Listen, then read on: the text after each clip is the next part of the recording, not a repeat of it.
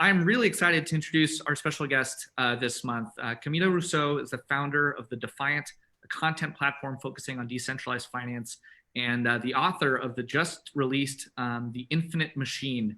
It's the first book on the history of Ethereum, and it's kind of the seminal work on all of the early participants of that protocol project. Previously, she was a reporter at Bloomberg News, where she spent 8 years covering emerging markets, European stocks, and digital assets all over the world, from Buenos Aires, Madrid, to now New York City. So we're very, very lucky to have her. And I'll probably take the first question and let maybe Garrick ask a few as well.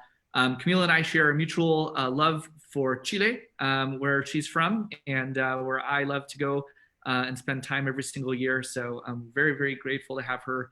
She's very busy right now, spending time on all the podcasts and interviewing folks for her book. So a few special guests of our participating today will also receive a free copy of her book. So stay tuned for that. So the first question I wanted to ask you, Camila, today was to actually talk with us a little bit about how you came about to writing this book. It's always a mammoth sort of undertaking. What was your motivation, and how did you originally get interested in crypto? Sure. Well, first of all, thank you so much for having me. It's a pleasure to join you here. So the motivation for writing the book, I guess first of all, it was always my dream to write a book. That's why I got into journalism, because I love writing. And, my dream was to find a nonfiction topic to tell in something that read like a fiction novel. And so I was always kind of on the lookout for what this story could be. And so, as you mentioned, I spent time in Argentina. I was there for over 4 years covering markets, and it is a crazy market. There's many book-worthy stories for sure, but it didn't feel like it was really my place to tell those stories. Just because I'm not Argentine. There are many other kind of journalists that had been covering the country for much longer than I had. It just didn't feel like I would be the best person to tell the story. But then I transferred to New York, still at Bloomberg, in 2017, and and I guess I should say, my interest in crypto and Bitcoin started in Argentina. In 2013 was when I wrote about Bitcoin for the first time. I was covering, the different ways Argentines used to protect against inflation and currency controls, and obviously, Bitcoin was one of them. So I remained interested in crypto after that. And when I got to New York in 2017, crypto was blowing up, and I had another chance of continue to write about the space. So I did. And then at the end of 2017, it really felt like something important had happened, and that it might, finally be the opportunity to write my nonfiction novel.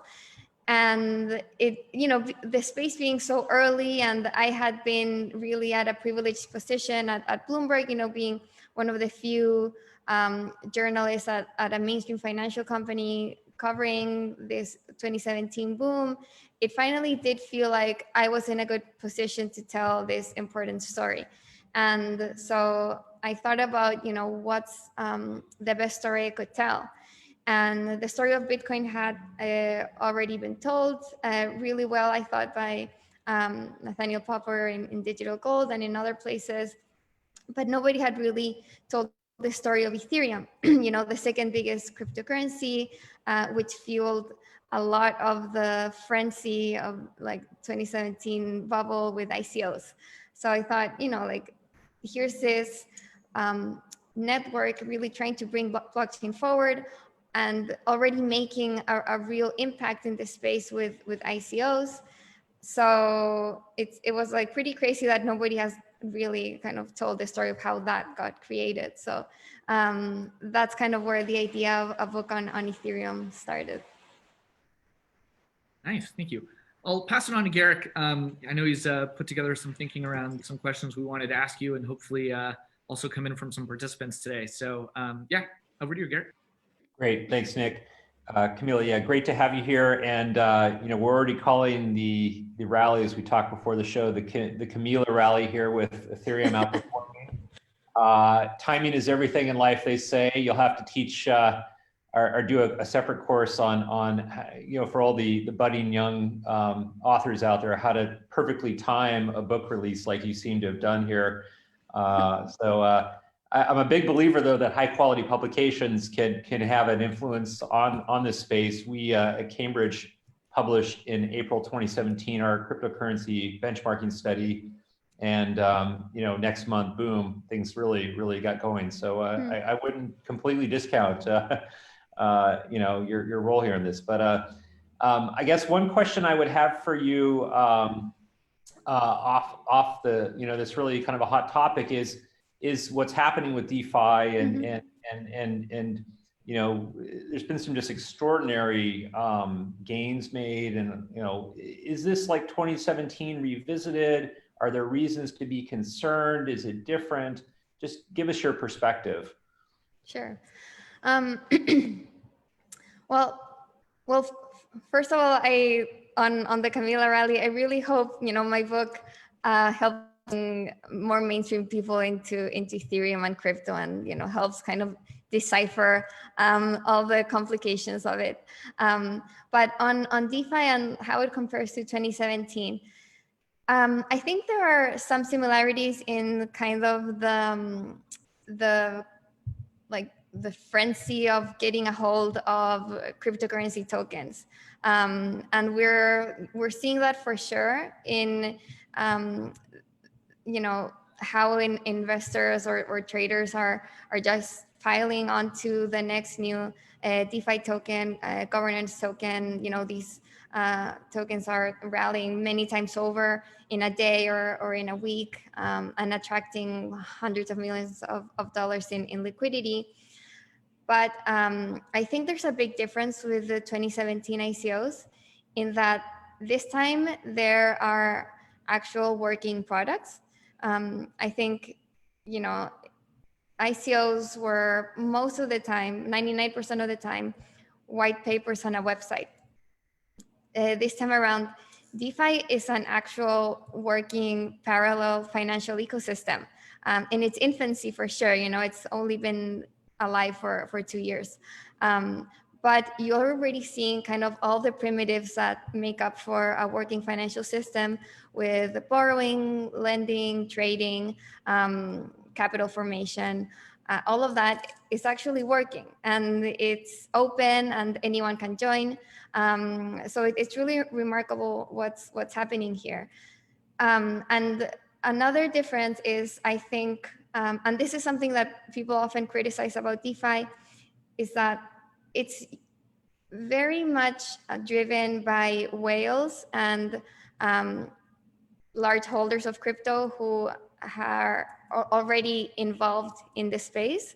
I don't see a lot of kind of inexperienced retail traders who are coming into crypto for the first time to mine yield in DeFi platforms. It does require some sort of, some level of knowledge and some experience dealing with Ethereum and crypto to participate in these more complicated and riskier strategies. And I think that's a good thing.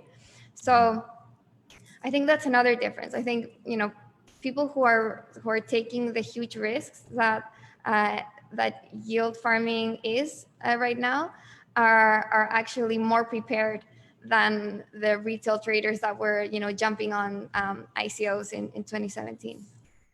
I think that's a really, really important and interesting point, because even with 2017 and the ICO phenomenon, there was not a massive number of complaints to regulators like the Financial Conduct Authority in the UK about the ICO boom, because already the hurdle was high enough, it seemed, to deter many, not certainly all, but many less technically savvy or sophisticated participants in 2017. And you're making the point, and I would agree, that DeFi raises the bar even further in terms of level of technical, savviness to participate, and that's a protective layer, so to speak, for those maybe who are getting big eyes and seeing 1,000% returns annually, Yeah. and it's not easy to pull that off. It's not just about No.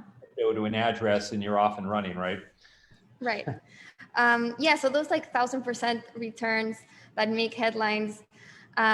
It's actually, it takes borrowing with a leveraged position and like switching between platforms. So it does take some level of technical skill. But, I do want to highlight that there are other ways to participate in DeFi that don't require such high level of skill and that can be a little less risky, which I think can increasingly pull in a wider audience and kind of the experienced crypto traders that have been using DeFi so far. So I think a really great use case that's been spearheaded by this ecosystem is just the ability to gain interest on stable coins, on like dollar-based stable coins from anywhere in the world in a permissionless way. Kind of what you were already mentioning that you can do with your own wallet that you implemented recently on blockchain.com. But so this is, this has been kind of been the driving, I think, force behind the growth of DeFi is the ability for anyone to gain these like dollar-based interest. So I think that's a way to start experimenting with this space with not that much risk. That's a great segue into your daily newsletter, The Defiant, which is excellent. I've been reading for over a year, and it's really helped me, and I think a lot of people become more educated on the kind of micro activities in DeFi. One of the things you've talked about in that newsletter was Maker, for example, incorporating USDC, a centralized stablecoin as a backing collateral, and it gets to this question of, is the DeFi brand being diluted? Is that term losing its purity and its meaning as we see the convergence of CeFi, centralized finance, if you will, for lack of a better term? And I want to ask you if you have a preferred term here to describe this space, or is DeFi still the best term? And what does it mean that we're seeing convergence between CeFi and DeFi, or what are commonly referred to as those two things? Yeah. So okay. So there's many things there. And first I want to address the question of Maker adding USDC as collateral.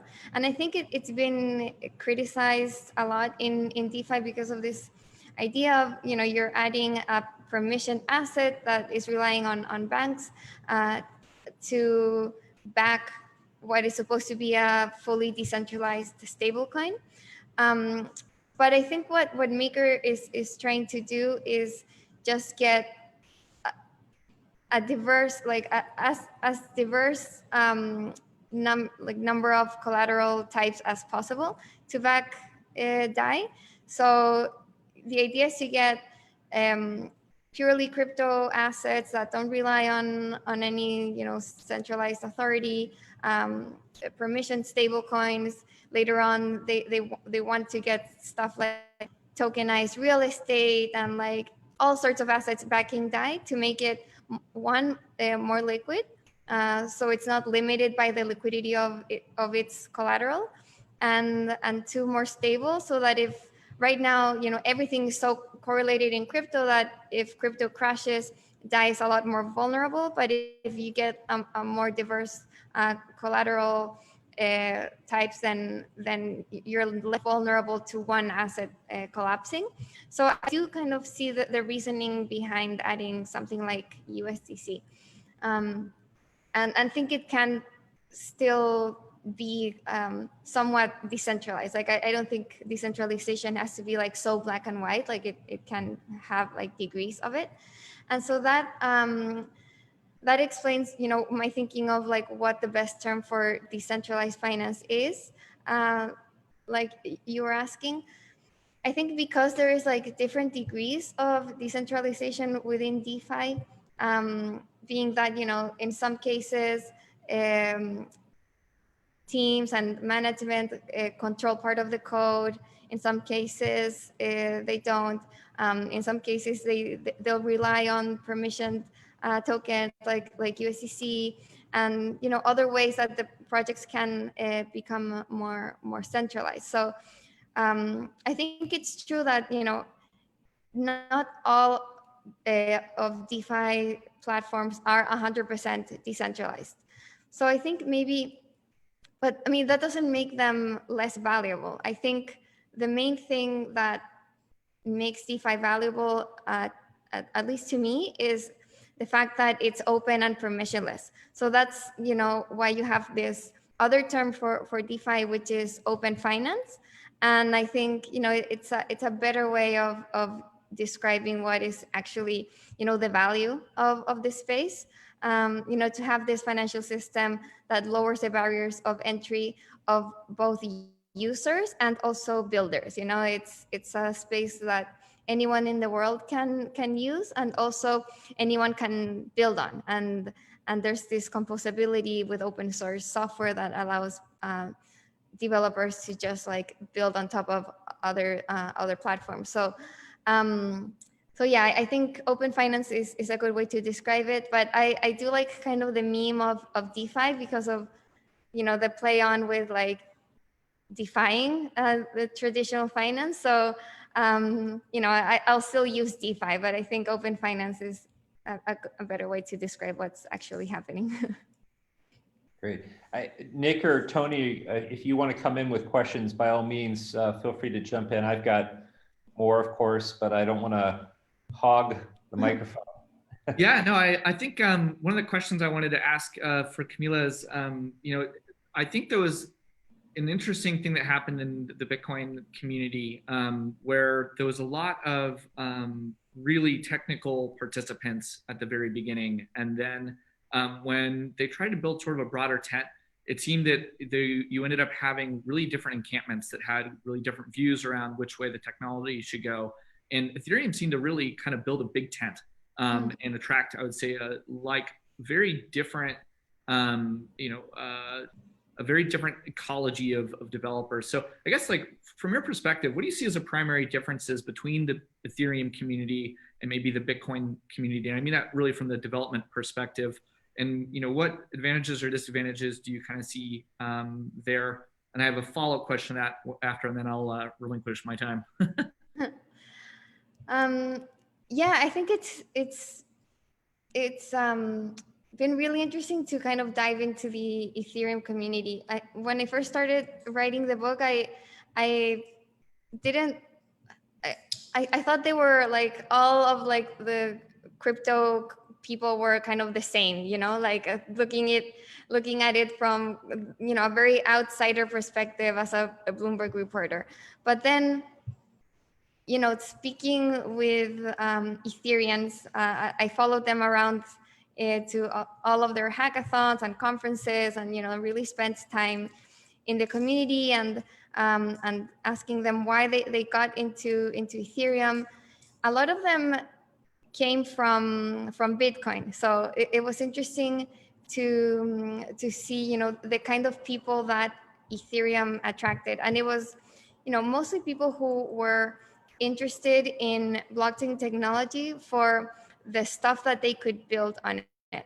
And I think in the Bitcoin community, it's more of they're attracted by maybe the more like ideological aspect of it. So you know, you'll get a lot more libertarians, you know, people who like Bitcoin for like the hard money aspect, like the digital gold aspect, the fact that it has like the 21 million capped supply, and how, you know, that protects against a devaluing dollar and the Fed and all of that, I think defines kind of the Bitcoin community. But with Ethereum, you get like a more diverse group, because people who are driven to Ethereum are basically developers who like like the platform because they can build stuff on it. So you get libertarians, but you get also more liberal people. I think they skew a little bit younger, at least from what I see in hackathons. They're just like really young hackers, like millennials, very idealistic bunch. And I think they've kind of embraced this diversity. So I think there's more tolerance for differences of view on like how the platform should develop. So you have like very rich debates in like the Ethereum research website, where lots of people contribute their ideas. They have their all devs call where they discuss these things. And there's not kind of this idea of like Satoshi's vision and like there's one way to do this. I think there's more flexibility as to how Ethereum's path should progress, and like more willingness to discuss it. Yeah, I think one of the interesting things, obviously we've been all tracking the planned upgrade this year to Ethereum 2.0. And I was wondering if you could, just for the sake of the audience, maybe talk a little bit about what's happening there and what the proposal is and what we could look forward to. And maybe is it over or under promising? Where are we on it? Yeah, I mean, I think it's hard to say whether it's over or under promising. You mean on like ETH2, like what it's supposed to deliver? Yes. Oh yeah, I think we'll only see that in hindsight, because I mean, right now what they are promising is that ETH2 will allow Ethereum to to scale, to be able to process greater number of transactions with sharding. The idea is that that all the applications on ETH1 will be able to port to ETH2, and that there won't be much loss of composability, and that everything will be able to continue growing at scale. And at the same time, it'll be a proof of stake chain, which will consume less energy and be more decentralized. So there's for sure very high goals attached to ETH2. I think so far Ethereum has a good track record of delivering what it sets out to do, but not a good track record of doing that in the time that it says it will. So they definitely have delayed different upgrades, and that said, they have finally delivered, right? And I think the success of the applications being built on Ethereum are proof of that. So right now, what we can expect from ETH2, I think definitely the proof of stake chain, the phase 0 will be launched this year. There was some discussion on whether they would push it even to next year. We'll see. I'm not kind of close enough to like development on that to really have an informed opinion on whether it will be next year or this year, but it will launch finally, and there's definitely progress on that. I think today the ETH2 testnet reached finality, so all the validators were online and were able to finalize a block on the testnet. So that's super excited. I think there's like 5 clients on the testnet. So I mean, there's definitely evidence of progress. So so I'm really optimistic that they will in fact deliver the ETH2 chain, but yeah, it's hard to say exactly when and how these different stages will play out, because it's a lot of moving parts that need to work well together. So we'll see. I think the interesting thing will be to see how ETH1 continues to support all of Ethereum activity until ETH2 launches. And I think the layer 2 solutions will obviously be a huge help in this. And I think it's been really encouraging to see that some of these solutions are already live and working.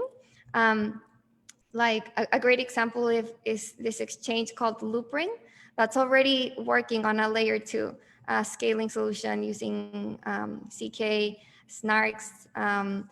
So, it's already happening. There's an OMG network with Plasma, and that was had become almost like a joke, like OMG, like Omise Go, was this ICO in 2017, and they hadn't launched in all this time, but now they're actually live and working with Bitfinex and Tether. So I think layer 2 will be key in being this bridge between ETH1 and ETH2. And I'm, optimistic. Yeah, I think we'll be watching these developments with a keen interest. And for those that don't know, what's really one of the most interesting things about these protocols is that they can improve over time, and the amount of improvement that is happening, is really significant. And what we ultimately need to be able to do is make it possible for enormous amounts of very precious information to be able to be sent all over the world and secured into a ledger. And ultimately, that's really what all of this progress is working toward. And there are real limitations right now with some of the protocols. Bitcoin network can only confirm a few transactions every second, which for some use cases makes a lot of sense. But if we're going to have loads and loads of transactions someday, then we're going to need to have a lot more capacity on these networks. And that's the same for Ethereum and same for many others. And there's a lot of really clever people working on ways of doing that. And so we're really excited to see those things. I'll pass it on to Garrick or Tony, maybe with one or two more questions, and then we'll wrap up here before the hour ends. I've got one more, but before I ask it, Tony, did you have anything that you wanted to? Yeah, we just mentioned, for example, that there are some technical difficulties to bring the entire finance into this DeFi system. How long would you say it's going to take if, in an ideal world, that we want to bring the entire financial system into DeFi? How long, what time horizon are you thinking? Like 10 years, 5 years, 20 years? Like, it's hard for you to imagine. Oh, it's tough. I think it's tough to imagine because progress has been so quick. Like, we already have, I don't know, 20 plus applications and $4 billion of value, and lending, borrowing, trading, like streaming payments, all this stuff developed in just 2 years, and I guess most of it in the last year. So it's hard to predict with innovation being so fast and just like money increasingly pouring in faster and faster into the space. But at the same time, as I mentioned, I think there's a real technical limit into what Ethereum can support at this moment. And we're seeing it, come to its capacity recently with gas prices skyrocketing. The Ethereum network has really become unusable some days. Just like I've had trouble sending simple transactions because DeFi is congesting the network so much. So it will, it's something that will have to move hand in hand with scalability, with layer 2s, and then later with ETH2, with better ways of onboarding people, because it's still hard for people to go from their local currencies into ETH, and just making these things safer. I think there's still really high risks of code breaking, and these are just very young technology. So things like insurance and better audits and just these systems maturing. So I think there's a lot of pieces that need to improve before DeFi can actually, support all of the financial ecosystem migrating to it, or DeFi becoming just Fi. So, but yeah, I don't know. I think I don't see it in 5 years, maybe 10 years, but yeah, hard to say. But I think those pieces are the main ones. Great. I just have one more question, and I think we can wrap up. So I'm gonna pull out a little trick from some PhD programs at the London School of Economics. They didn't do this to me, thankfully, but I hope you don't mind. Sometimes they'll ask PhD students to attack their own thesis and to argue the opposite case. And I guess that's interesting. I want to challenge you a little bit, and this is where we can bring the competition in, although I still personally think Ethereum's biggest competition is itself, rather than something out there. But I'm just curious if you can imagine scenarios where ETH doesn't win or Ethereum doesn't win, or it somehow is supplanted. You know, what are the arguments? What are the ways in which that could come to pass, where somehow Ethereum is dethroned? It seems like these blockchains have incredible staying power. We see one's getting 51% attacked and still persisting. Ethereum Classic, it looked like recently had this happen again. But what ways in which could Ethereum be dethroned? Is it something external that's 10x better? Some of the Ethereum killers. Is it something internal that would have to happen? How do you dethrone Ethereum? If you could put your evil genius hat on for a second. That's an interesting question. So I think it's I guess it's a mix of something internal and external. I think it would have to be, you know, all these layer 2 scaling solutions aren't enough to help ETH1 bridge, you know, be this bridge to ETH2. And Ethereum just can't keep up with all the growth that DeFi and applications on Ethereum continue to see, especially if, you know, this bull market accelerates. So I see, you know, if there are no good scaling solutions, I see users and developers become really frustrated with a slow Ethereum network and unwilling to pay super high fees. And at the same time, you see alternative smart contract chains springing up. Like, yeah, Polkadot is one of them. I spoke with the team building the like financial shard on Polkadot, and they're like a really impressive team with, you know, great ideas. A lot of them inspired by Ethereum and Maker and applications on Ethereum. So, you know, if there's so much frustration with the limits to Ethereum scaling, and if layer 2 solutions aren't enough or are just too hard to use, and applications that just don't want to make that change into these